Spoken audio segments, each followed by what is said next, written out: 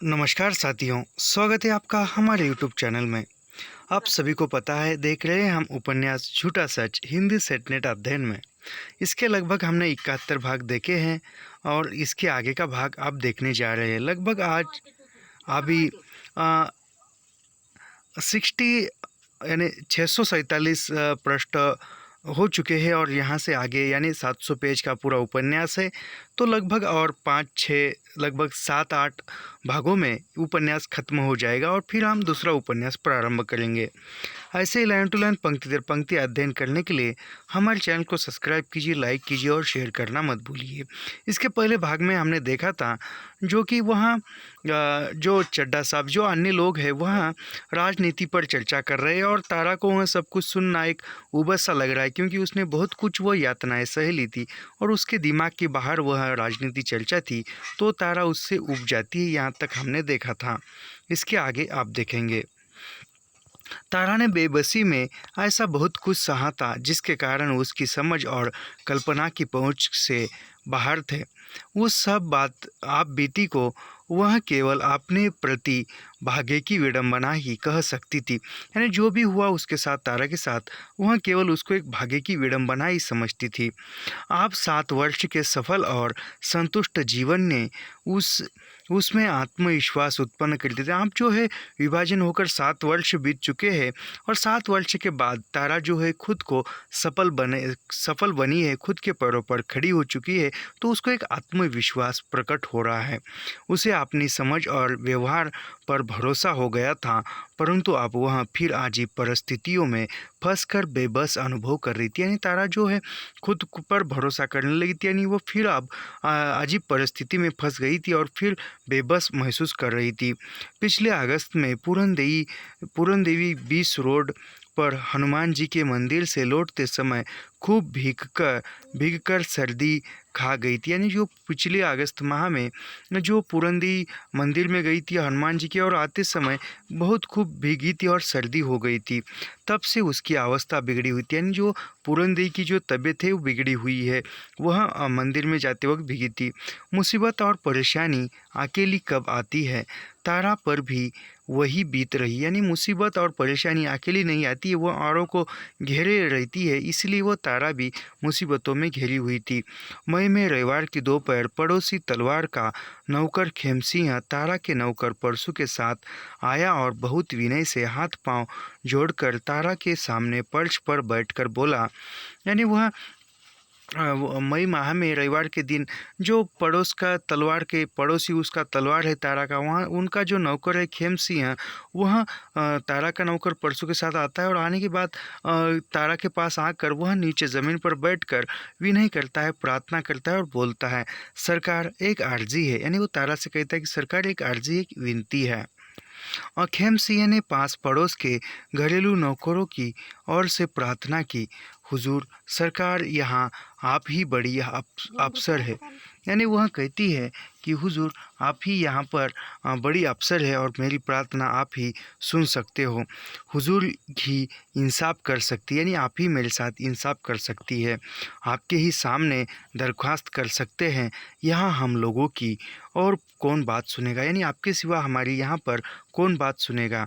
हुजूर नई दिल्ली में अफसर लोगों के यहाँ घर के नौकरों को दिन में 4 घंटे की छुट्टी मिल रही है। यानी वह कहते हैं कि दिल्ली में जो बड़े अफसर है उनके घर के जो नौकर है उनको दिन में 4 घंटे की छुट्टी मिलती है, हफ्ते में एक शाम की छुट्टी मिलती है। अम्बासियों राजदूतावासों में एतवार की छुट्टी मिलती है। यानी जो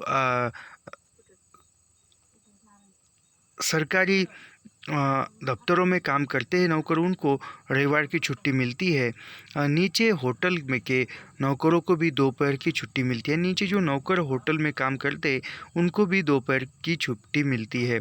सरकार हम लोग भी तो आदमी हैं, हमें भी कभी अपना काम होता है। यानी वह कहता है नौकर तारा से कि हम लोग भी इंसान हैं, हमें भी अपना काम होता है, हमें भी छुट्टी चाहिए, हुजूर हमें भी रेस्ट का टाइम मिलना चाहिए, यानी हमें भी आराम करने के लिए समय मिलना चाहिए। तारा ने खेमसिंह की प्रकट विनय में अधिकार की मांग और उसकी प्रार्थना की गंभीरता समझी, यानी तारा ने उसकी जो गंभीरता है वह समझ ली थी। अभी बहुत विनय से प्रार्थना कर रहा है, कुछ दिन बाद हड़ताल की धमकी देगा, यानी वह तारा सोच रही कि जो खेमसिंह है अभी जो विनय से प्रार्थना कर रहा है, यदि उसकी मांग पूरी न हो तो फिर हड़ताल करेगा, उपोषण करेगा। दिल्ली के घरेलू नौकरों में नई हवा चल पड़ी थी।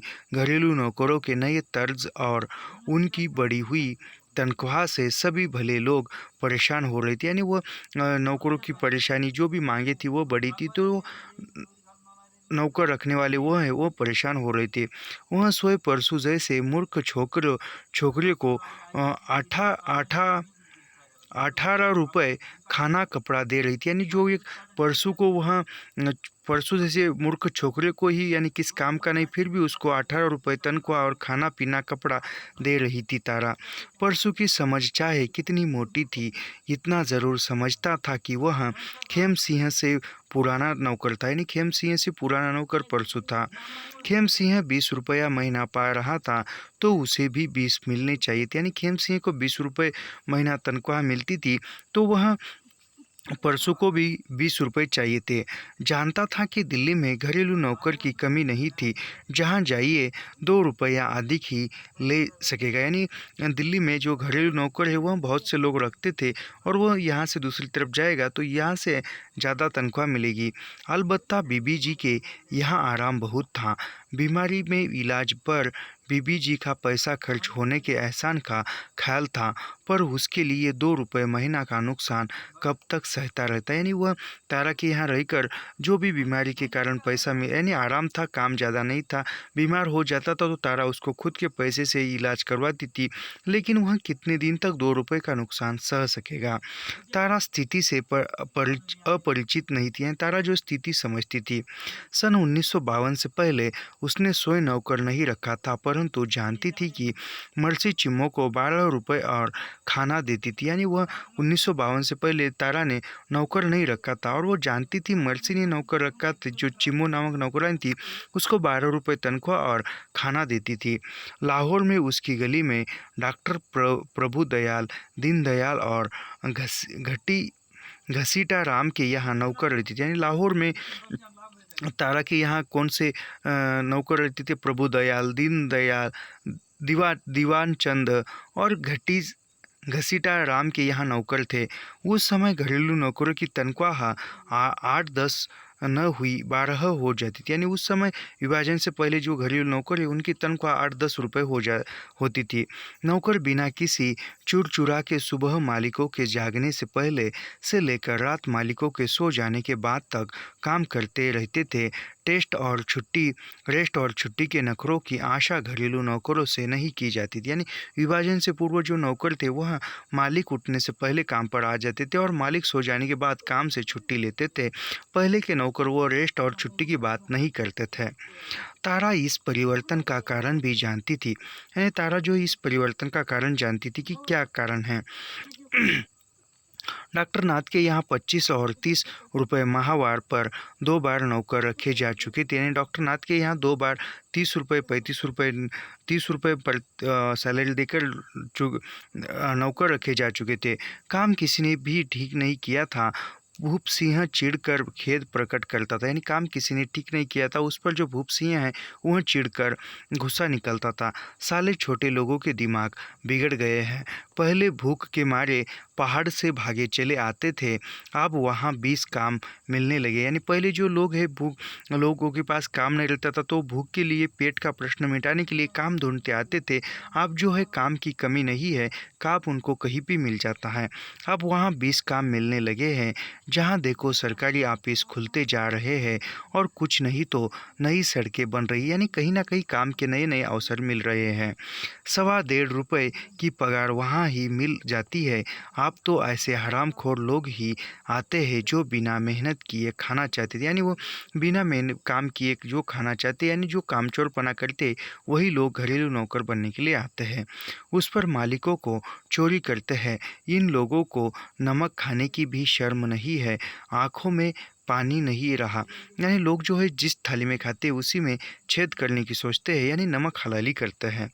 तारा ने सोचा खेम सिंह उसके सामने दुहाई देने इसलिए आया था कि उसी ने दुर्गा से कहकर ताई के लिए नौकर बुलवाया दिया था। यानी वह खेम तारा जानती थी खेम सिंह जो परसों के साथ इसलिए आया है, उसी ने कहकर नौकर तारा के पड़ोस की जो ताई है उसके यहाँ नौकर बुलवा लिया था। जो भी हो, खेम सिंह को परसू की तरफ से वकालत करने का और तारा से मोहल्ले के नौकरों के लिए पंचायत करवाने का क्या मतलब था। यानी वह खेम सिंह उसको परसू के साथ आकर यानी परसू की बात खेम सिंह कह रहा है और सारे मोहल्ले की पंचायत करवाने का काम कर रहा था। इस मामले में पास पड़ोस के लोगों का क्या रुख होगा तारा खूब जानती थी। यानी इससे आस पास के जो पड़ोस के जो लोग हैं वह उनको पता चलेगा तो वह किस प्रकार व्यवहार करेंगे तारा जानती थी। तारा ने कहा परसू को जो कुछ कहना होगा खुद कह लेगा। तुम्हें उसकी वकालत करने की क्या ज़रूरत है। तुम्हें जो कहना है तलवार साहब से कहो। यानी तारा ने कहती है कि परसू को जो कुछ भी कहना है वह खुद कहेगा मुझे। तुम उसकी वकालत क्यों कर रहे हो, तुम उसकी पेशवाई क्यों दे रहे हो। तुम्हें जो कुछ भी कहना है, तुम जो तलवार साहब के नौकर हो, तुम तुम्हारे मालिक के पास के जाकर कहो। तारा से रूखा उत्तर पाकर भी खेम सिंह ने विनय से कहा हुजूर वह तो सीधा आदमी है, मुझसे कह रहा था तुम बीबी जी से कह दो। यानी वह जो है परसू सीधा आदमी है, मुझसे कह रहा था कि तुम बीबी से कह दो, यानी तारा से कह दो। नहीं, तुम्हें परेशान होने की कोई ज़रूरत नहीं है, तुम उसकी फिक्र मत करो। यानी वह खेम सिंह से कहती है तारा कि तुम्हें उनकी परसू की परसों पर परेशानी उठाने की कोई आवश्यकता नहीं है, तुम इसकी फिक्र मत करो। अपने लिए तुम्हें जो कहना है तलवार साहब से यहाँ ताई जी से कहो। यानी तुम अपनी तरफ से जो भी कहना है तुम तलवार साहब से यहाँ कहो। हमें किसी से कोई मतलब नहीं है, परसों पर कौन मुसीबत है। यानी हमें किसी से कोई मतलब नहीं है, परसों पर क्या परेशानी है। हम 10 बजे चले जाते हैं, यह 11-12 से 5 बजे तक क्या करता है। यानी हम 10 बजे जाते हैं और जो परसों जो है 11-12 बजे तक क्या करता है। दिन भर सोता है आवारागर्दी करता है, हमें मालूम नहीं है क्या। यानी परसों जो है दिन भर सोता है आवारागर्दी करता है, यानी उसको काम कम रहता है।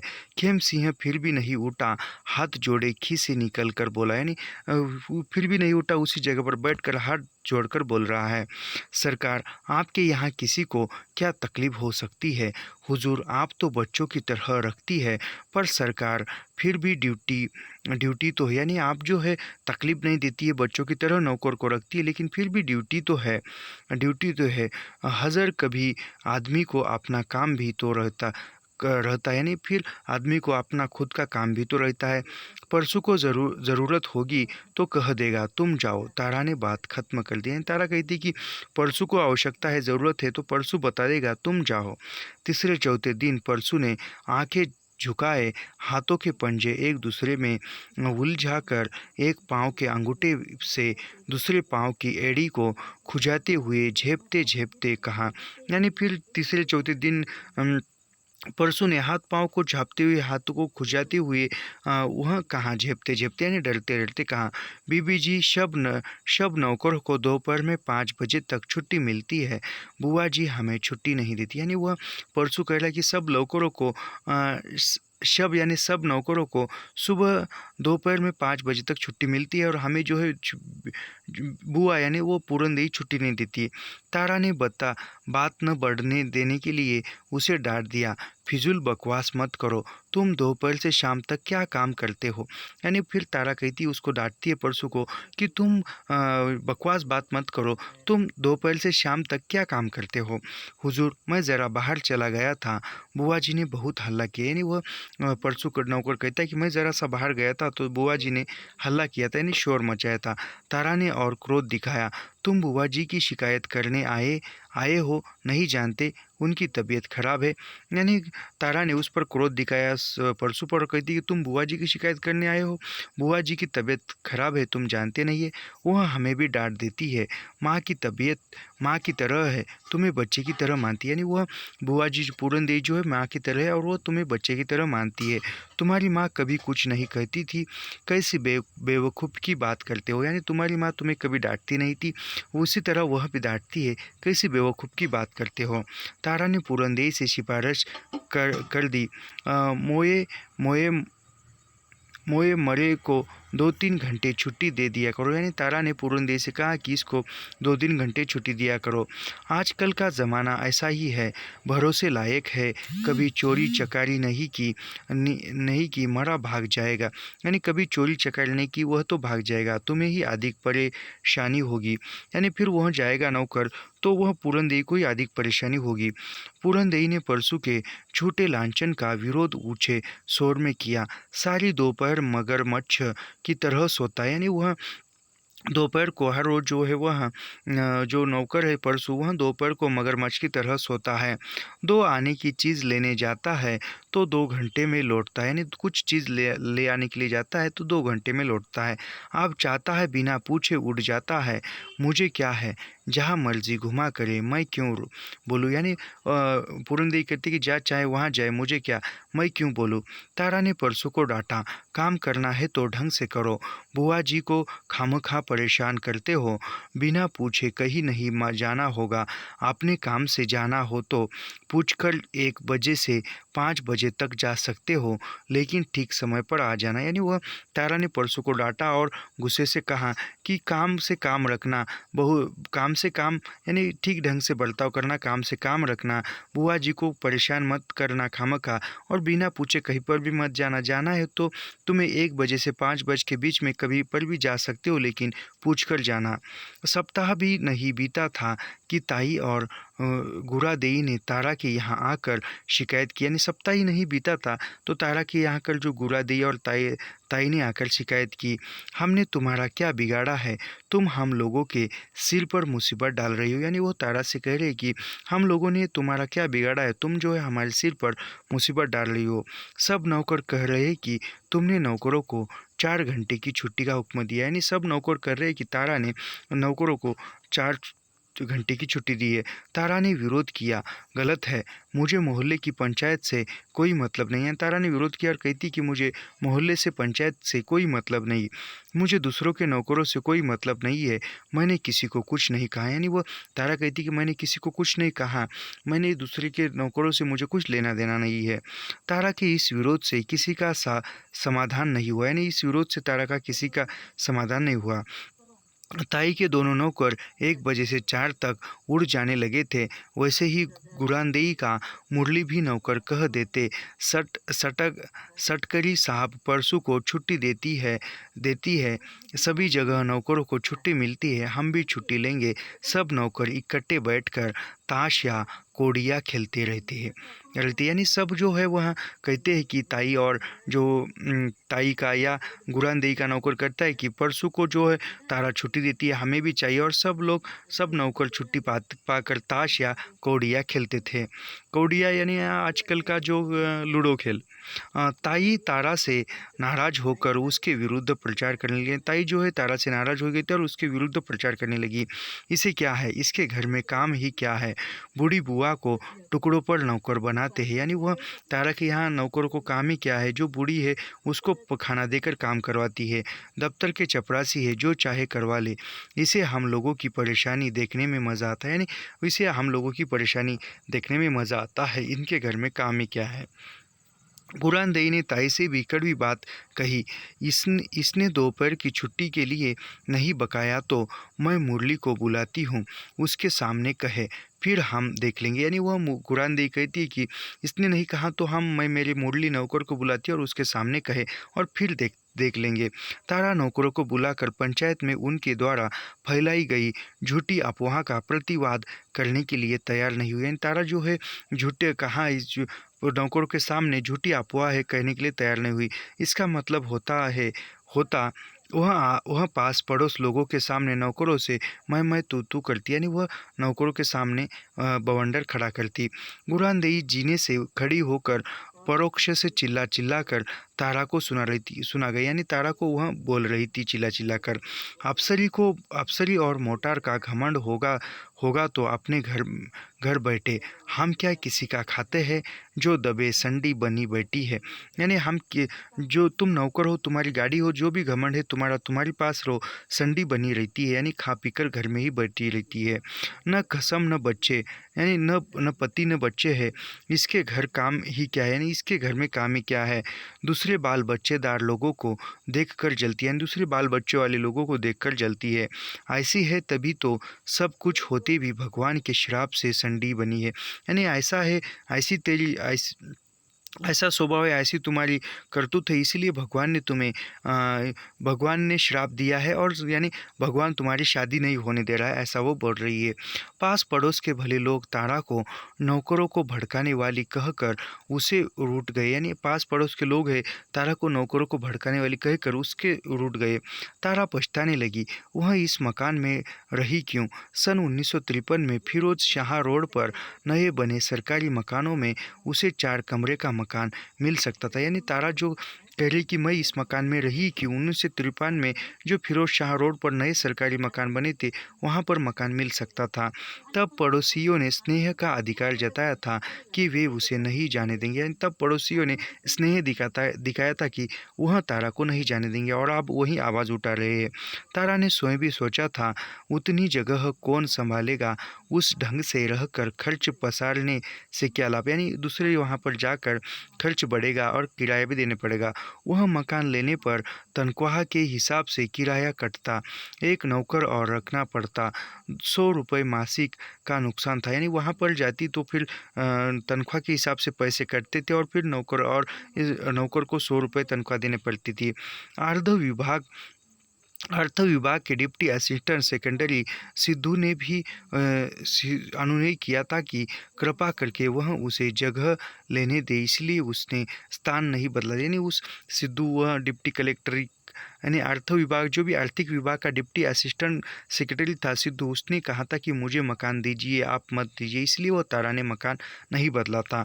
आप पछता रही थी, क्यों नहीं यहाँ से चली गई, यानी फिर पछता रही थी क्यों मैं तब वहाँ यहाँ से नहीं गई।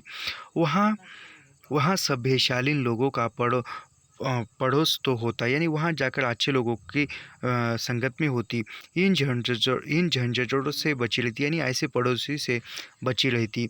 कभी सोचती, इस झगड़े से तो अच्छा है मैं हवलदार की तरह वर्किंग वुमेन्स होटल में चली जाए, परंतु पूरनदेवी को कहाँ फेंक देती। यानी फिर यह सोचती कि इसके अच्छा है कि जो काम करने वाली स्त्रियों के हॉस्टल है वहाँ रह जाए, फिर पूरनदेवी को कहाँ रख दे। तारा को इस खिन्नता में सांत्वना देने वाला कोई नहीं था। मेहता की पत्नी सरोज जब पड़ोसियों की कही हुई बातें तारा को बता देती थी और अंत में अपने घर की कठिनाइयों का जिक्र करने लगती, उन बातों से तारा को क्या संतोष होता। यानी जो मेहता की पत्नी सरोज है वह अन्य पड़ोसियों की बात तारा को बताती और फिर अंततः अपने घर की कठिनाई बताती है। इससे तारा का कोई संतोष नहीं होता था, तारा को आनंद नहीं मिलता था, तारा को कुछ नहीं लाभ होता था। मन पर बोझ बढ़ जाता, यानी तारा के मन पर और बोझ बढ़ जाता। तारा के लिए आने जाने की 4-5 की जगह थी। मर्सी के यहाँ सदा ही चड्ढा की राजनीतिक बातों और सरकार की सदा ही विरोधापूर्ण आलोचना से वह बहुत ऊबने लगी थी। यानी मर्सी के यहाँ जो चड्ढा साहब थे वह सरकार की राजनीतिक बातों की आलोचना करते थे, और उस बात से तारा जो है ऊब गई थी। वह मान लेने के लिए तैयार नहीं थी कि सरकार कुछ भी नहीं कर रही या एक दिन में ही सब कुछ हो जाना संभव। यानी तारा मानने को तैयार नहीं थी कि सरकार कुछ भी नहीं कर रही है और सरकार जो है एक दिन में सब कुछ करना संभव है, यानी एक दिन में सब कुछ करना संभव नहीं है। शीलो को तारा के ब्याह की मर्सी से भी ज़्यादा फिक्र थी। यानी शीलो जो है तारा के ब्याह की चिंता करने लगी थी मर्सी से ज़्यादा। उसे विश्वास था तारा मन से असद को नहीं भूली है, यानी शीलो को विश्वास था कि तारा जो है असद नामक जो प्रेमी था उसको नहीं भूली। वह बड़े दर्द से वही बात चला देती। तारा ने कई बार उसे मना किया, परंतु शीलो संवेदना प्रकट किए बिना मानती ही नहीं थी। यानी शीलो को मना किया लेकिन वह शीलो जो है मानती नहीं थी। तारा को समझाने लगती, असद ने ब्याह कर लिया है तो तुझे क्या है, यानी असद ने दूसरा ब्याह कर लिया है कि तो तुझे क्या परेशानी है, तू भी ब्याह कर ले। तारा कंचन के यहाँ जाती तो मिसेज अग्रवाला का फूला हुआ मुंह देखने को मिलता है। यानी तारा जो है कंचन के, यानी मिसेज अग्रवाला की बहू जो है वह कंचन बन गई है, क्योंकि नरोत्तम के साथ शादी हुई है और वह तारा कंचन से मिलने जाती तो अग्रवाला का फूला हुआ मुंह देखने को मिलता। उन्हें विश्वास था कि तारा के ही प्रपंच से नरोत्तम गरीब घर की लड़की के चंगुल में फंस गया। यानी अग्रवाला साहब से मिसेज अग्रवाला को लगता था कि तारा से कहने से ही नरोत्तम ने कंचन के साथ शादी की है। कंचन जो है गरीब घर की थी, इसलिए उसको ज़्यादा दहेज नहीं मिला था। डॉक्टर श्यामा उसे ब्रिज पार्टी में या क्लब में ले जाने का आग्रह करने लगी थी। यानी डॉक्टर श्यामा जो है तारा को कहीं पार्टी में ले जाने के लिए आग्रह कर रही थी। यदि दूसरे मूड में होती तो मिसेज दास की शिकायतें करने लगती। यानी दूसरे मूड में होती तो मिसेज दास की शिकायतें करती तारा से। तारा अन्य परिचितों से ऊब जाती और घर में पूरनदेही से परेशान हो जाती तो संध्या समय प्रभा सक्सेना के यहाँ चली जाती थी। यानी तारा जो है घर में पूरनदेही से ऊब जाती है, अन्य लोगों से परेशान होकर संध्या के समय प्रभा सक्सेना के यहाँ चली जाती। प्रभा सक्सेना अब शिक्षा विभाग में डिप्टी सेक्रेटरी थी। यानी प्रभा सक्सेना जो शिक्षा विभाग में डिप्टी सेक्रेटरी थी। सेकेंडरिएट में उसकी योग्यता और रोब की धाक थी। यानी वहाँ पर ऑफिस में प्रभा की योग्यता की धाक थी। चुस्त और बेलाग समझी जाती थी, परंतु तारा पर उसका बहुत स्नेह होने से तारा उसके जीवन की भीतरी भीतरी सीवनों में से परिचित हो गई। तारा जो उसके नज़दीक से परिचित हो गई थी। प्रभा स्वयं को लगता था कि विवाह न करके उसने जीवन में जो सफलता पाई थी वह बिल्कुल निस्सार थी। यानी वह प्रभा समझती थी तारा ने विवाह न करके जो भी सफलता पाई है वह बिल्कुल निस्सार थी, निस्वार्थ थी। आरंभ में वैसे जैसे रावत ने तारा के संरक्षक का भार ले लिया था, वैसे ही प्रभा को भी उसकी चिंता रहती थी। यानी उसकी तारा की चिंता प्रभा को रहती थी। रावत मुंहफोड़ तो था ही। तारा पर प्रभा का अनुरोध देखकर एक दिन क्लब में रावत ने संस्कृत के श्लोक के उदाहरण में से मजाक दिया। यानी एक दिन जो प्रभा के सामने रावत ने एक संस्कृत श्लोक पढ़कर उदाहरण दे दिया या मजाक उड़ाया। तारा की कोमलता देखकर मिस सक्सेना में पुरुष भाव जाग उठता है। यानी तारा की कोमलता देखकर, सौंदर्य देखकर जो मिस सक्सेना है उसके अंदर पुरुष भाव जाग उठता था। प्रभा अकेले में तारा को तू या लड़की संबोधन कर लेती थी। यानी अकेले में प्रभा जो है तारा को तू या लड़की कह के संबोधित करती थी। शायद तारा के अतिरिक्त किसी और के सामने वह अपना मन नहीं खोल सकती। यानी वह केवल तारा के सामने ही दिल खोलकर बात कर सकती थी, मन की बात बता सकती थी। मन हल्का करने के लिए अपने असफल प्रेमों की कहानी या तारा को सुना देती। यानी मन हल्का करने की जो भी असफल प्रेम हुआ है उसका प्रभा का, वह तारा को बता देती। तारा को उसकी कहानी या डॉक्टर श्यामा की कहानी का ही दूसरा रूप जान पड़ती। यानी तारा को जो है प्रभा की कहानी या डॉक्टर श्यामा की कहानियों का ही दूसरा रूप जान पड़ती थी। प्रभा ने असफलता और प्रतिष्ठा पर सब कुछ निछावर कर दिया था। प्रभा ने जो है सब कुछ असफलता और प्रतिष्ठा पर सब कुछ निछावर कर दिया था। सब नौकरी की समाप्ति का समय निकट आ गया था। भविष्य में क्या करेगी, यानी नौकरी का भी समय जो है समाप्त होने को आया था और भविष्य में क्या करेगी यह विचार उसे चिंतित कर देता था। यानी भविष्य में वो क्या करेगी, क्या जिंदगी है, क्या जीवन है, यह उसको विचार प्रभा को रहता था।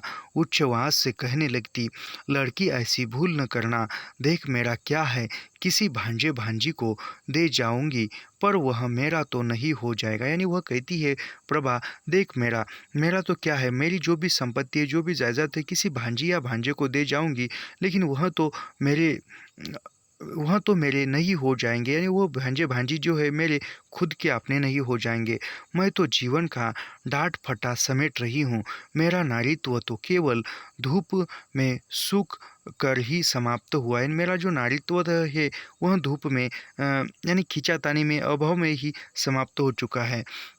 अपने पेट की संतान को पालने का संतोष नहीं पाया तो क्या पाया? नहीं, एक वह प्रभा कहती कि खुद के बच्चों को पालने का आनंद नहीं पाया तो नारी ने क्या पाया जीवन में?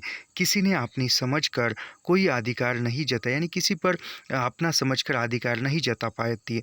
कभी किसी के सामने मान किया, न किसी के सामने रोई, यानी कभी किसी के सामने किसी का मान किया, न किसी के सामने रोई, न किसी को अपना दुख बताया। कभी किसी के लिए पड़ा पर पकाकर प्रतीक्षा नहीं की, यानी किसी के लिए खाना बनाकर मैंने किसी की प्रतीक्षा नहीं की। तारा को यह बातें अच्छी नहीं लगती थी। यह बातें सुनकर अपने जीवन का चित्र बहुत भीषण लगने लगता था, यानी वह प्रभा की बातें सुनना तारा को अच्छा नहीं लगता था, और वह बातें सुनकर तारा को अपना जीवन जो है भीषण लगता था, कठिन लगता था। जैसे सुन मरघट में घटी हो और चित्कार कर देना चाहती हो, यानी जैसे जो मरघट पर खड़ी हो और जीवन को चित्कार कर देना चाहती हो। जीवन तो जैसा है वैसा ही रहेगा, यानी जीवन जिस प्रकार है वैसा ही रहेगा। जीवन में अकेलापन है तो है, यानी जीवन में जो अकेलापन है वह है। क्या मैं भी अकेली नहीं हूँ? इच्छा होना तो स्वाभाविक है, पर कोई इच्छा पूरी न हो सके तो स्वयं अपनी विडंबना करने से क्या लाभ? यानी इच्छा होना स्वाभाविक है, और वो इच्छा किसी के मन में होना वह स्वाभाविक बात है, लेकिन वह इच्छा पूरी न होना यह विडंबना तो नहीं हो सकती। विडंबना से क्या लाभ है? यह बातें सोचकर तारा को मन पर एक अजीब सा दबाव अनुभव होने लगा, यानी एक अजीब सा दबाव अनुभव होने लगा था। सितंबर में भी मौसम बहुत खराब चल रहा था। वर्षा हो जाती तो कीचड़ होकर बाहर जाना असंभव हो जाता, या हवा रुककर व्याकुल कर देने वाली गर्मी को हो जाती, यानी सितंबर माह में मौसम खराब था, बेवजह बारिश हो रही थी, और बारिश होने पर कीचड़ हो जाता था तो बाहर निकलना मुसीबत हो जाता था, और कभी कभी बीच में गर्मी भी आ जाती थी। सदा पढ़ते रहना निष्प्रयोजन, पढ़ते रहना भी तो संभव नहीं था, यानी सदा कुछ पढ़ते रहना भी संभव नहीं था। तारा जाती भी तो किसके यहाँ, तारा जाए तो किसके यहाँ जाए? सदा वही बातें करने और सुनने को मन न चाहता, और अकेली बैठी अजीब चिंताओं और उंधेल डूब में सुलझ जाती थी, यानी वह सदा किसी के पास जाना या वहाँ जाकर सदा वही बातें सुनना अच्छा नहीं लगता था, और वह अकेली बैठकर अन्य चिंताओं में उलझ जाती थी।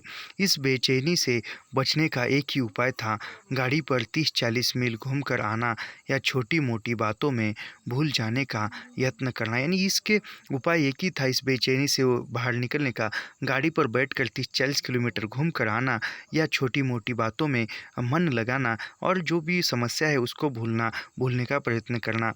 अच्छे ढंग से कपड़े पहनकर अपनी आँखों में सुंदर लगने का संतोष पाना, और कुछ देर के लिए बाजार की भीड़ में चले जाना, यानी तारा जो है वह अकेलेपन को भूलने के लिए कपड़े पहनना, अच्छे कपड़े पहनना, खुद को अच्छा पाने का संतोष व्यक्त करना, और फिर बाजार की भीड़ में घूमने के लिए चले जाना। बाजार जाकर कोई कीमती साड़ी या दूसरी चीज़ खरीद लेती, विश्वास कर लेना चाहती थी कि संतुष्ट हो, यानी बाजार जाकर कोई कीमती चीज़ या साड़ी खरीद देती थी और विश्वास दिलाती थी खुद को कि मैं संतुष्ट हूँ, सुखी हूँ, यूँ अच्छी हूँ, मुझे क्या कमी है, जो चाहती हूँ कर सकती हूँ।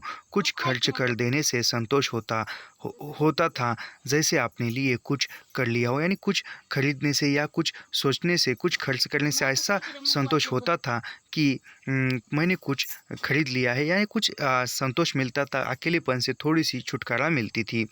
बन ठनकर घूमने चली जाना भी सर्वथा निरापद नहीं था।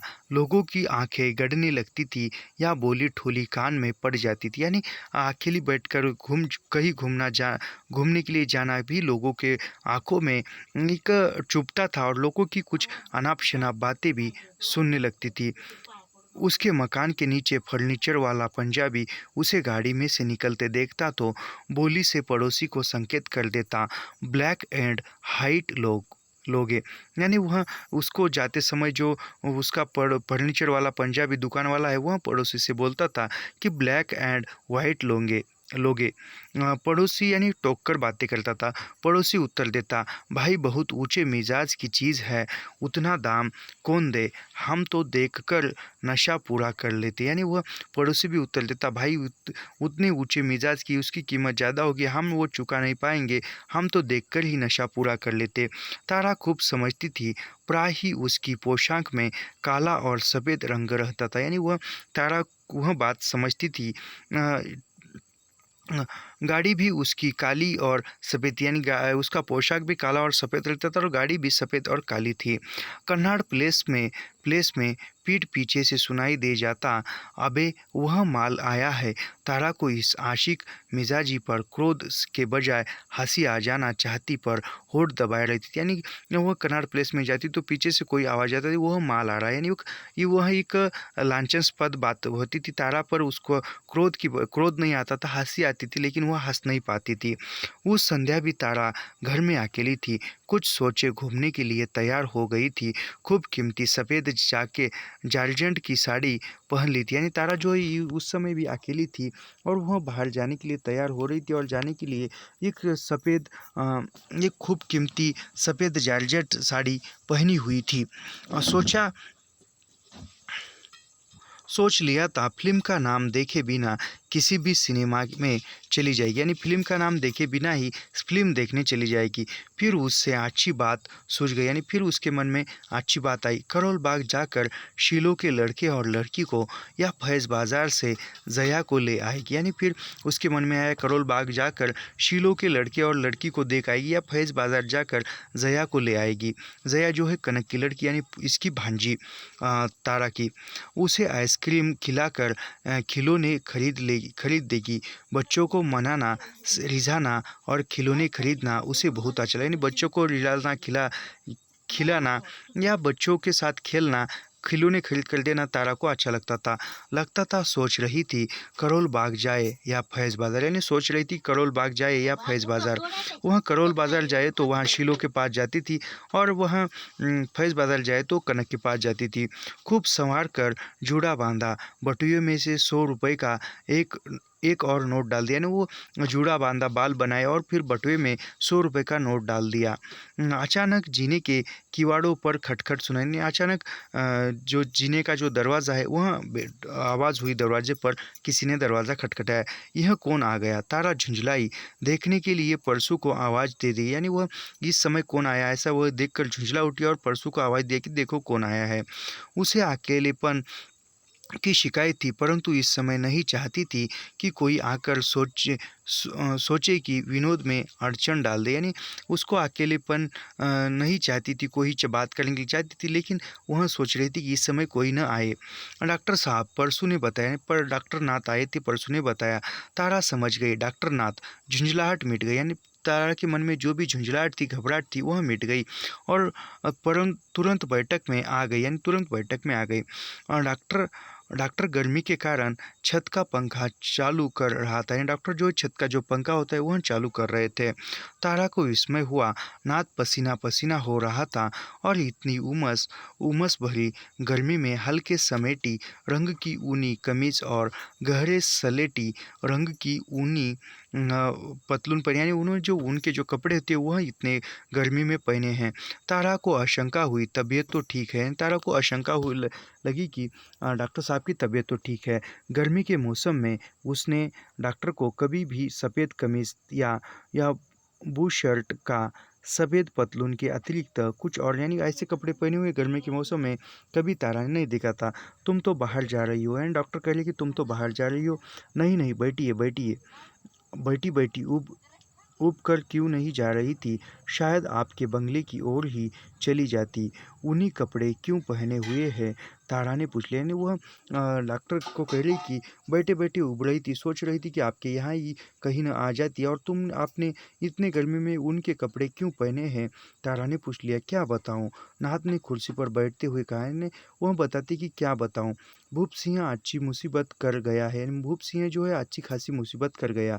मालूम नहीं कपड़े किस लॉन्ड्री में या किस धोबी को दे देता था। यानी भूप सिंह जो है कपड़े किस लॉन्ड्री में या किस धोबी को धोने के लिए देता था। लॉन्ड्री की रसीद वसीद नहीं दे गया। कल और परसों तो अलमारी में कमीज़ और पतलून मिल गए थे। यानी वह कपड़े दे गया था और कोई लॉन्ड्री का पता या धोबी का पता नहीं था। मेरा अनुमान था बक्स में और भी कमीज़ पतलून होंगे, यानी वह डॉक्टर का अनुमान था कि बक्स में और भी कपड़े होंगे। आज सुबह देखा तो कुछ नहीं मिला। सुबह दफ्तर जाते समय एक दुकान पर 4 सूती पतलूनों के लिए कह दिया था, यानी वह दफ्तर ऑफिस जाते हुए एक दुकान पर 4 पतलूनों के लिए कह दिया था। विश्वास दिलाया था कि 4 बजे दे देंगे, 7 बजे तक भी तैयार नहीं, यानी 4 बजे तक दे देंगे डॉक्टर दुकानदार ने कहा था, लेकिन 7 बज रहे फिर भी नहीं दिए। आप 8 बजे फिर जाना होगा, यानी फिर 8 बजे फिर जाना होगा। 2 बुशर्ट सिली हुई ले ली है। भूप सिंह दफ्तर में भी नहीं आया, यानी भूप सिंह जो है दफ्तर में भी नहीं आया। जाने कहाँ चला गया है। भूप सिंह कहाँ चला गया, तारा ने चिंता से पूछा, यानी तारा ने चिंता से पूछा कि भूप सिंह जो नौकर है वह कहाँ चला गया। तुम्हें नहीं मालूम, डॉक्टर ने पूछा। अखबार नहीं पढ़ती। क्लास 4 गवर्नमेंट एम्प्लॉयजी यूनियन के आंदोलन की बात नहीं जानती, यानी वो जो गवर्नमेंट का जो आंदोलन हो रहा है उसमें वह गया है। तुम अखबार नहीं पढ़ती, तुम्हें नहीं पता। हाँ, अखबार में तो देखा है, पर भूप सिंह तो अपनी ही इच्छा से आपके यहाँ रहता था, यानी भूप सिंह अखबार में देखा है आंदोलन है, लेकिन भूप सिंह तो आपके यहाँ ही आप उसकी इच्छा से रहता था। तारा ने विस्मय से कहा, उसे आप नहीं करना था तो 2-3 दिन पहले कह देता, आप मुझे फ़ोन कर लेती, यानी वह उसको काम नहीं करना था तो आपसे कह देता था, मैं आपके लिए नौकर ढूंढ लेती। तारा कहती है, केंद्रीय सचिवालय के चपरासियों की यूनियन ने प्रस्ताव पास कर दिया था। चपरासी सरकारी नौकर है, वे अफसरों के घर काम नहीं करेंगे, यानी वह केंद्रीय सचिवालय में जो चपरासी है उन्होंने आंदोलन किया था, यूनियन बनाई थी और प्रस्ताव रखा था, चपरासी जो है सरकारी नौकर है, वो अफसरों के घर पर काम नहीं करेंगे, केवल ऑफिस का ही काम करेंगे। घर की सफाई या मोटार धोना, अफसरों के बच्चों को स्कूल पहुंचाना या बच्चों को सैर कराने ले जाना, अफसरों के घर से दफ्तर में खाना लाना, उनके लिए चाय सिगरेट पान ला देना, यानी घर के काम करने से चपरासियों ने विरोध की थी, वह केवल ऑफिस के ही काम करेंगे, ऐसा कहा था। यह काम उनके लिए अपमान, यानी घर का काम करना अपराध है। ये बात एक प्रकार से सही है, उनकी नियुक्ति ऑफिस में काम करने के लिए होती है, फिर भी वहाँ जो अफसर लोग होते हैं घर का काम लगाते हैं, यह एक बात अच्छी नहीं है। ये और उनका अपमानजनक होना ही चाहिए, क्योंकि उनकी सरकार से तरफ से नियुक्ति जो है होती है वह ऑफिस का काम के लिए होती है, लेकिन अफसर लोग जो है घर का काम लगाते हैं, खुद का काम लगाते हैं, वे केवल सरकारी काम के लिए है। उनकी ड्यूटी कमरा साफ कर देना, दुराही भरकर साहब के कमरे में रख देना या फाइलों या संदेश इधर से उधर पहुंचाना है, यानी उनका ऑफिस का काम है फाइलें रखना, ऑफिस में पानी देना, साफ सफाई करना, फाइलों का यहाँ का संदेश वहाँ पहुँचना, इतना ही है। घरेलू नौकरों का काम उनकी प्रतिष्ठा के प्रतिकूल और गैर कानूनी है।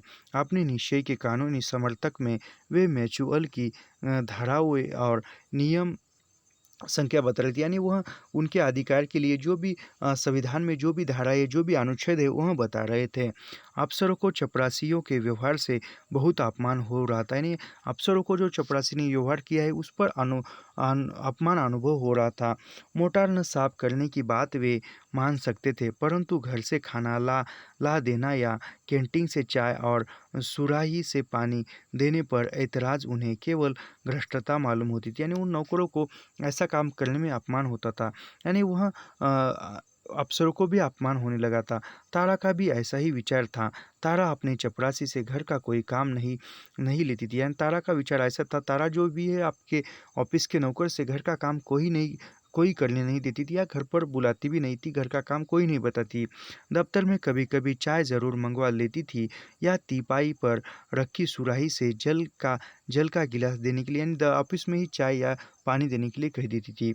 इसके लिए उसका चपरासी मामूली रिवाज के अनुसार होली, दिवाली, दशहरा और नववर्ष के अवसर पर सलाम के लिए 2-2 रुपया भी पाता था, यानी वह बोनस भी पाता था तारा से। दशहरा या नववर्ष या अन्य अवसरों पर 2-2 रुपये उसको बख्शिश मिलता था। दुर्गा पांडे ने पिछले वर्ष बहुत कातरता से हाथ जोड़कर अपनी पत्नी की दवाई के लिए 30 रुपये भी उधार मांग लिए थे, रुपया अभी तक लौटा नहीं सका था, यानी वो तारा से, दुर्गा पांडे जो नौकर था उसने तारा से अपनी पत्नी के दवाई के लिए 30 रुपये मांगे थे, अभी तक नहीं दिए थे। तारा ने अखबार में यह समाचार पढ़ा। उसी दिन अपना व्यवहार स्पष्ट कर देने के लिए उसने 3 बजे घंटी दबाकर दुर्गा को कमरे में यानी उसने वह जो भी आंदोलन का समाचार पाया और फिर उसने 3 बजे नौकर को घंटी बजाकर दुर्गा दास को बुलाया। उसी की ओर देखे बिना हुक्म किया, यानी उसकी पर देखे बिना ही हुक्म किया, कैंटीन के बेरे से कहो चाय दे जाए, यानी कैंटीन से जो नौकर है उससे कहो कि चाय दे जाए। साधारण व्यवहार के अनुसार चाय ले आने के लिए नहीं कहा, यानी हमेशा की तरह चाय ले आने के लिए नहीं कहा। 10 मिनट बाद तारा ने फिर घंटी बजाई। दुर्गा को फिर आदेश दिया, कैंटीन में जाकर बेरे को याद दिलाओ कि चाय नहीं आई, यानी वो कैंटीन में जाकर कैंटीन के नौकर को याद दिलाओ कि चाय नहीं आई। दुर्गा ने हाथ जोड़कर क्षमा मांगी।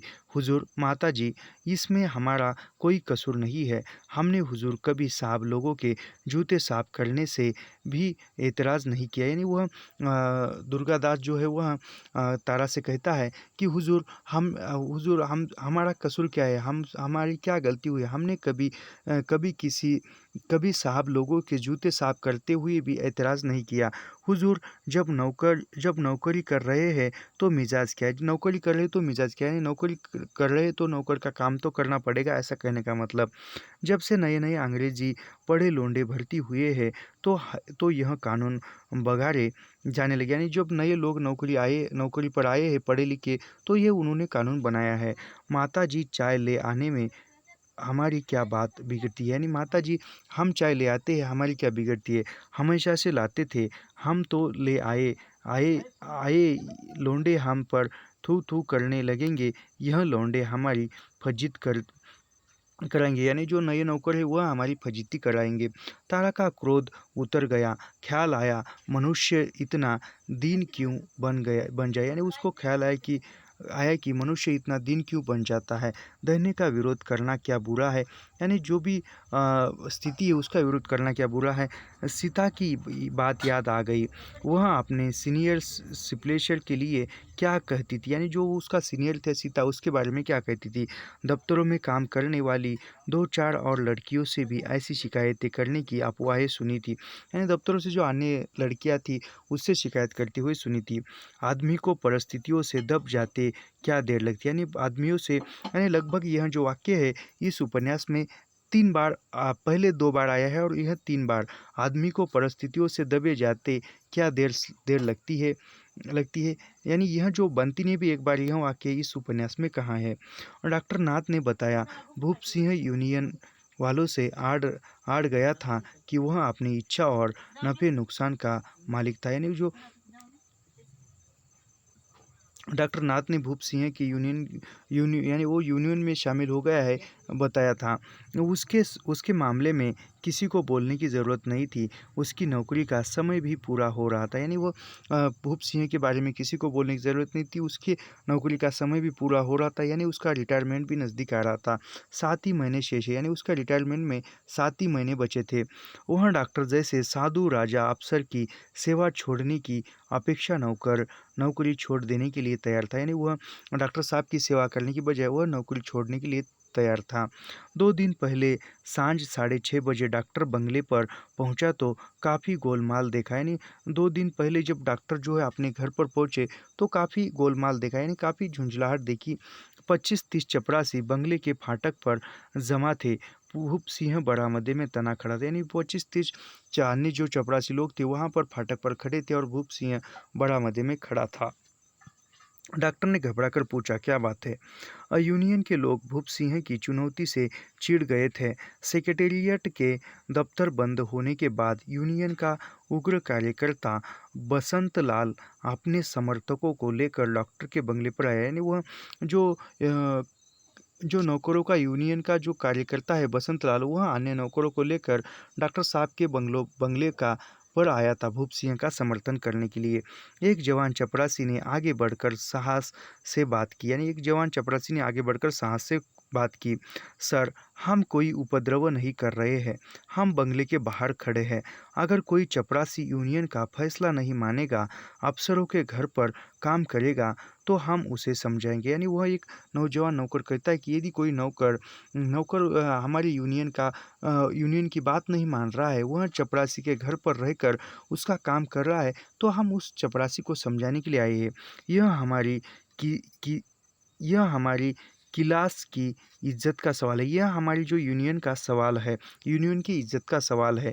ठीक है, मैं भी यूनियन के निर्णय के विरुद्ध चपरासी से अपने घर का काम नहीं करवाना चाहता। यानी वह नात कहती कि मैं भी यूनियन के खिलाफ मेरे घर का काम चपरासी को नहीं करने देता। डॉक्टर ने उत्तर दिया। नौजवान ने कहा, सर माफ़ कीजिए, तो फिर भूप सिंह रात को बंगले में क्यों रहते हैं? यानी फिर नौजवान कहती कि फिर रात को भूप सिंह बंगले पर क्यों रहते हैं? हमें मालूम है वे सब काम करते हैं, खाना बनाते हैं, बर्तन भी मलते हैं। यानी वह यूनियन का नौजवान कह रहा है, हमें पता है भूप सिंह सब काम करते हैं, खाना बनाते हैं, बर्तन भी धोते हैं। डॉक्टर ने स्वीकार किया, भूप सिंह पर कोई दबाव नहीं है, वह अब तक अपने लाभ के लिए अपनी इच्छा से काम करता है। यानी वह डॉक्टर साहब कहते हैं कि भूप सिंह पर कोई दबाव नहीं, वह अपनी इच्छा से यहाँ रहता है और काम करता है। यूनियन को एतराज़ है तो उसे नहीं जाना चाहिए। यानी यूनियन को एतराज़ है, यानी यूनियन को बुरा लगता है तो उसको यह काम नहीं करना चाहिए। डॉक्टर ने भूप सिंह की ओर देखा, हम तुम्हारी यूनियन के फैसले के विरुद्ध काम नहीं करवाना चाहते। यानी डॉक्टर साहब ने ही कहा कि भूप सिंह को तुम्हारी यूनियन के विरुद्ध हम तुम्हें काम नहीं नहीं करवा सकते हैं। भूप सिंह ने गहरा सांस लेकर डॉक्टर की ओर देखा, वह अपमान और क्रोध से स्तब्ध रह गया। यानी भूप सिंह ने देखा और उसको भी क्रोध आया और एक अपमान हुआ। घूमकर अपनी कोठरी की ओर चला गया, अपना बिस्तर और टीन का बक्सा लेकर बड़ा मदे में आ गया। यानी वह अंदर गया और जो भी वह सामान है वह लेकर आ गया। उसने चाबी का गुच्छा डॉक्टर के सामने डाल दिया, आंखें झुकाई, नमस्कार किया और चुपचाप बंगले के बाहर चला गया। यानी उसकी भी जाने की इच्छा नहीं है, फिर भी वहाँ चला गया। उसने चाबी दी और फिर वहाँ से चला गया। उसके पीछे यूनियन के लोग इंकलाब जिंदाबाद के नारे लगाते, यानी उसके पीछे जो अन्य लोग हैं इंकलाब जिंदाबाद के नारे लगाते हुए चले गए। रात 9:30 बजे डॉक्टर को फ़ोन आया। फ़ोन पर गिल कन्नाड प्लेस के एक कॉफ़ी हाउस में बोल रहा था। यानी साढ़े रात 9:30 बजे फ़ोन आया और फ़ोन जो गिल का था और कन्नाड प्लेस से गिल बोल रहा था कॉफ़ी हाउस से। उसने डॉक्टर से संध्या की घटना के विषय में पूछा और बताया कि उसका साथी एक पत्रकार कह रहा था कि पत्र में डॉक्टर के बंगले की घटना का समाचार जा रहा था। यानी वह उसका गिल का जो पत्रकार मित्र है वह बता रहा है कि डॉक्टर के बंगले की घटना का समाचार पत्र में छप रहा है। डॉक्टर की प्रशंसा में यूनियन के सेक्रेटरी का बयान भी था। यानी डॉक्टर की प्रशंसा में सेक्रेटरी का जो बयान था वह भी था। डॉक्टर ने बहुत अनुनय से अनुरोध किया, गिल यह समाचार न छपने देना, ऐसी ऐसी मह म मशहूरी मुझे नहीं चाहिए। यानी ऐसी मशहूरी मुझे नहीं चाहिए, ऐसा समाचार मत छपने देना, गिल से कहा। गिल ने हंसकर आश्वासन दे दिया, मुझे भी संदेह था तभी आपसे पूछ लिया। यानी फिर मुझे भी संदेह था इसलिए गिल कहता है कि मैंने आपसे पूछ लिया।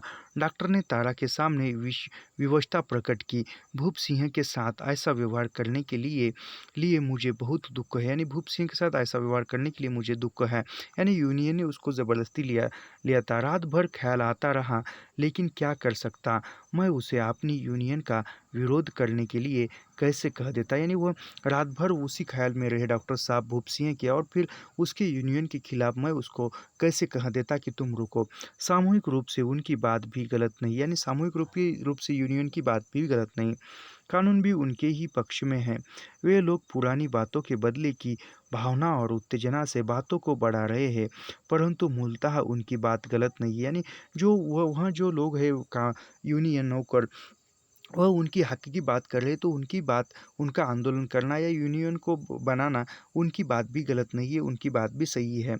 आप खाना कहाँ खा रहे हैं? तारा ने चिंता से पूछा। यानी तारा ने चिंता से पूछा डॉक्टर साहब से कि आप जो है भोजन कहाँ कर रहे हो?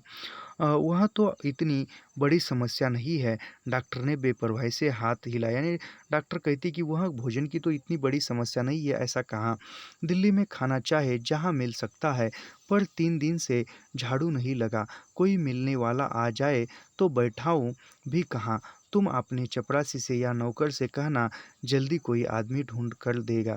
यानी वह कह रहे हैं कि खाने की कोई समस्या नहीं है, जहाँ चाहूँ वहाँ खाना मिल सकता है दिल्ली में, मगर 3 दिन से घर में झाड़ू नहीं लगा है, कोई आए तो कहाँ बैठा हो?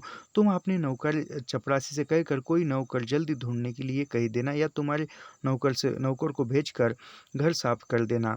तारा ने ओठ काट कर मान से जवाब तलब किया, आपने आपने अब तक मुझे फ़ोन क्यों नहीं किया? यानी आपने अब तक मुझे क्यों नहीं कहा? ऐसा तारा कहने लगी। अच्छा सुनो, पुरी यहाँ आया था? डॉक्टर ने पूछ लिया। यानी डॉक्टर ने पूछ लिया कि क्या पुरी यहाँ आया था? तारा प्रत्याशित प्रश्न में विस्मित रह गई, बोल न सकी, केवल इनकार में सिर हिलाया। तारा कुछ बोल न सकी, केवल इनकार में सिर हिलाया। डॉक्टर पल भर खिड़की से बाहर देखकर बोला, योजना के प्रकाशन से पूर्व अंतिम विचार के लिए परामर्श समिति की बैठक हो रही थी। यानी वो योजना, जो भी पंचवार्षिक योजना है वह प्रकाशित होने से पूर्व जो भी वह नेता लोग हैं उनकी मीटिंग हो रही थी, बैठक हो रही थी। उसी सिलसिले में लंच और डिनर प्राय नित्य ही इधर उधर होता था। यानी वो बैठक हो रही थी तो जो उसी सिलसिले में मैं रहता था तो डिनर भोजन जो है यहाँ वहाँ ही होता था, बाहर ही। पंजाब से विश्वनाथ सूद भी समिति में थे। यानी पंजाब से जो विश्वनाथ सूद जी जो थे वह भी समिति में थे।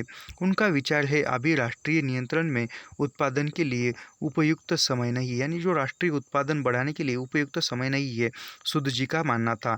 सूद समिति में तो अधिक नहीं बोले। आज दोपहर मंडल के यहाँ लंच के लिए मुझसे कहा कि मेरे मकान पर आकर बात करना चाहते। यानी वह दोपहर के समय वहाँ भोजन के लिए मेरे मकान पर आकर बात करना चाहते हैं। मेरे यहाँ जैसी हालत है उन्हें आने के लिए कैसे कहता। यानी वह मेरे यहाँ तो ऐसी हालत है, नौकर नहीं है, तो फिर उनको आने के लिए मैं कैसे कहता। यही उचित समझा कि वे जहाँ ठहरे मैं ही चला जाऊँ। यानी वो सूद जी जहाँ पर है वहाँ पर मैं ही जाऊँ।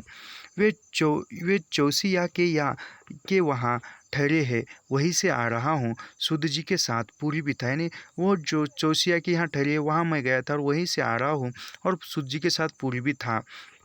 उसे तुम्हारा पता नहीं मालूम, पर कनक खैर ठीक है। डॉक्टर अनुमान में चुप हो गए। नहीं, वह उसको तुम्हारा पता मालूम नहीं है, तारा को कह रहे कि, और कनक जो है ठीक है। डॉक्टर अनुमान करके चुप हो गए। तारा आंखें फिराए मौन रही। तारा ने आंखें फिराई और मौन रह गई। डॉक्टर ने कुर्सी पर करवट बदली। क्या क्या अजीब लोग हैं, और क्या इनका बात करने का ढंग। यानी कैसे लोग हैं, कैसी बात करते हैं, ढंग भी नहीं है बात करने का। सूद की बात कह रहा हूँ। पूरी भी बिल्कुल उसकी हाँ में हाँ मिलाता रहा। यानी सूद जी की बात कर रहा हूँ और पूरी भी सूद जी की बात में हाँ मिला रहा है। मेरा अनुमान है सूद ने पूरी से मेरे विषय में पहले बात कर ली होगी। यानी मेरा अनुमान है, डॉक्टर साहब कह रहे कि सूद जी ने मेरे बारे में पहले से ही पूरी को बता दिया होगा। लोग नौकरशाही ढंग को कोसते हैं। सूद जी का ढंग तो पूरा तानाशाही। यानी लोग जो है नौकरशाही का ढंग कोसते हैं, लेकिन सूद जी का जो ढंग है वह तानाशाही है, हुक्मशाही है। बिल्कुल जैसे अमेरिकन बॉस अपने कारोबार में हुक्म चलाता है। मेरी बात नहीं सुनी, हल्का कर क्या नाम करता अपनी ही बात कहता गया। क्या तर्क है, क्या तरीका है, अजीब आदमी है। यानी वो डॉक्टर साहब कहता है कि पूरी जो है एक हुक्म अमेरिकी लोगों के जैसा वो हुक्म चलाता है, और वो क्या नाम कहते हुए अपना ही तर्क, अपनी बात बताता गया। मेरी बात तो उसने सुनी नहीं। तारा ने उत्सुकता से डॉक्टर की ओर देखा। तारा ने उत्सुकता से डॉक्टर की ओर देखा। डॉक्टर ने बताया, सूद कहता है मान लिया इस योजना में बहुत शीघ्र औद्योगिक विकास हो सकता है, पर योजना को कार्यान्वित कौन करेगा। यानी सूद जी कहता है कि जो भी औद्योगिक विकास होने से भला हो सकता है, लेकिन इस योजना को कार्यान्वित कौन करेगा, इस योजना को गतिशील कौन करेगा। योजना को कार्यान्वित करने के लिए सबसे पहले मजबूत सरकार की ज़रूरत है। यानी योजना को कार्यान्वित करने के लिए, लागू करने के लिए सबसे पहले मजबूत सरकार होना आवश्यक है। योजना तो बहुत अच्छी है, लेकिन यदि नए चुनाव के परिणाम में कोई दूसरी प्रतिक्रियावादी सरकार बन जाए और वह इस योजना को अव्यवहारिक बताकर रद्द कर दे, तो यानी चुनाव हो जाने के बाद दूसरे पक्ष की सरकार आती है और वह सरकार इस योजना को रद्द कर दे, तो दूसरी योजना की मूल नीति को चुनाव से पहले लागू कर दिया गया, तो कांग्रेस जनता के सबसे महत्वपूर्ण अंग का विश्वास संयोग खो देगी। यानी वह यह योजना यदि रद्द कर देगी और दूसरी योजना लागू कर देगी, तो कांग्रेस के प्रति जो भी जनता के मन में विश्वास है वह टूट जाएगा। यह योजना तो उन लोगों के लिए सीधी कम्युनिज्म की धमकी है। यानी यह योजना जो सीधी उन लोगों पे कम्युनिस्ट की धमकी है। यदि कांग्रेस सरकार बनाने में ही सफल न हो सकी, तो योजना तो कार्यान्वित कौन करेगा। योजना आत्महत्या बन जाएगी। यानी उसको कार्यान्वित किया तो योजना उसी प्रकार रहेगी और योजना की आत्महत्या हो जाएगी। यानी वही योजना मिट जाएगी। पुरी ने सूद जी के समर्थन में तर्क किया। देश की पूंजी अपने लिए प्रतिकूल परिस्थिति देखकर बाजार से सिमटी जाएगी। यानी वो सूद जी ने कहा कि देश की जो स्थिति है वह देखकर, आर्थिक स्थिति देखकर बाजार में कदम रखेगी। पश्चिमी राष्ट्र हमारी नीति में कठोर मिल प्रवृत्ति देखकर सहायता से हाथ खींच लेंगे। यानी वह हमारी स्थिति देखकर जो विदेशी राष्ट्र है वह भी हाथ हमसे सहायता नहीं करेंगे। योजना को केवल आर्थिक सिद्धांतों की अपेक्षा व्यावहारिक राजनीति के दृष्टिकोण से देखना आवश्यक है। यानी योजना को राजनीतिक दृष्टिकोण से देखना आवश्यक है। सूद जी ने मुझे चेतावनी दी, कांग्रेस सरकार कोई योजना लागू करे तो पहला व्यवहारिक लक्ष्य तो कांग्रेस का ही है। यानी सूद जी ने कहा, डॉक्टर से चेतावनी देते हुए, जो भी वह कांग्रेस सरकार योजना लागू करे उसका व्यवहारिक लक्ष्य होना चाहिए। मैंने सूद जी से कहा, भावी चुनाव में क्या होता है यह योजना का विषय नहीं है। यानी भावी चुनाव में क्या हो सकता है यह योजना का विषय नहीं। योजना अलग है और चुनाव अलग है। राजनीतिक भविष्य को राजनीतिज्ञ की अच्छी तरह समझते हैं। यानी राजनीति की भविष्य को राजनीति जो तज्ञ होते हैं वही अच्छी तरह से समझते हैं, ऐसा सूद जी ने कहा। यहाँ के वीडियो में इतना ही। देखते हैं ऐसे लाइन टू लाइन, पंक्ति दर पंक्ति अध्ययन करने के लिए हमारे चैनल को सब्सक्राइब कीजिए, लाइक कीजिए और शेयर करना मत भूलिए। मिलते हैं अगले वीडियो में। धन्यवाद।